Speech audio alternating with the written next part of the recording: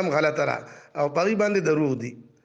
بل خبره دي دا لیکلې چې دا د حرمینو خبره ده او مکه مدینه په ورکړې ده چې د مکی او د مدینی خبره ده.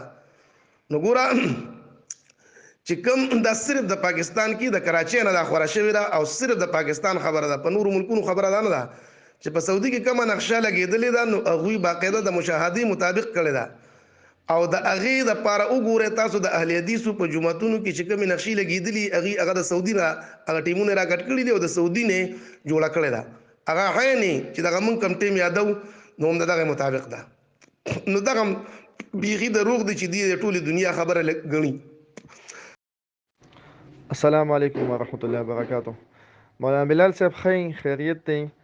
تاسو مونږ له غونډه کې معلومات راکړئ چې حرمین شریفینو کې مسجد نبوي کې خصوصا تاسو نږدې پاتې کیږئ هلته، نو تاسو له غونډه کې ماله معلومات د دې متعلق راکړئ چې دلته تاسو د دې ماښام او ماسخوتن ترمنځ ټوټل وقفه څومره جوړیږي او د سهار د بانګ او د نور خطو ترمنځ څومره فاصله جوړیږي.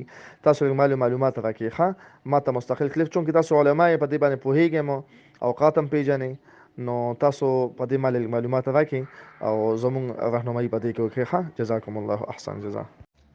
وعلیکم السلام ورحمۃ اللہ وبرکاتہ. مفتی صاحب تاسو معنا د موږ د ټیمونو تپوس کړو خاص کر د حرم نو حرم ته خو سهار او ماسپښین زه نه ځم اکثریت ځکه چې په ډیوټۍ کې مازدیګر ماښام ماخوستن دا درې مونځونه زما اکثریت په حرم کې.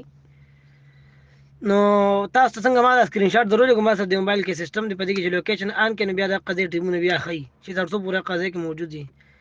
نو تاسو ما سکرین شاټ درلېږلی په دې کې دا ټیمونه خولي دا بیا ما حرم کې ناست وم نو دا مې کلو کړی هغې سره مې کتلی نه چې آیا دا سم دی که نه. نو چې څنګه دې کې ټیم داخل شي هغه حساب سره دلته کې هم بیا بانګ وایي منټ دوه درې پرخ راتلی شي اوس یو منټ دوه وروسته مخکې شي جدا حساب دی.